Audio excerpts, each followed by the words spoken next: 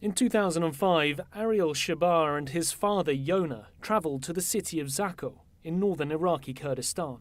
For Yona, it was a return home, to the place where he grew up and was exiled from in 1951.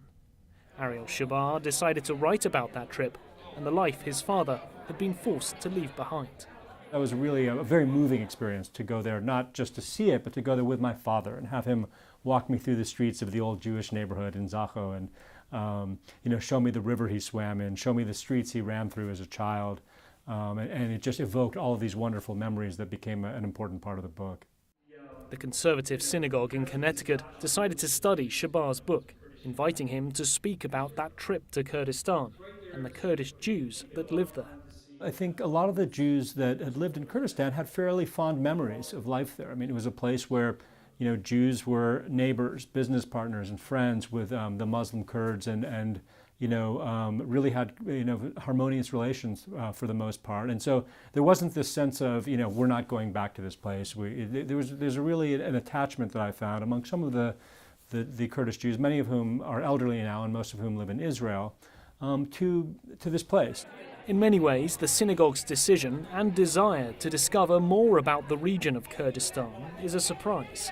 For many in the congregation, they were digging into a culture and country that had previously been unknown to them, despite the fact that a third of Baghdad's population prior to the 1951 exodus was Jewish.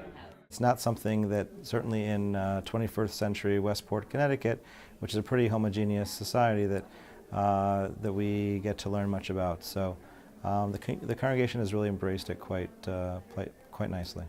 It's nice to see people, in a very nice part of the United States, coming around this book about what could be a very obscure small community of Jews who lived in Kurdistan. So you had this minority within a minority within a minority, and yet here in the United States there are people who care enough about that and think there's something valuable about understanding and preserving that history.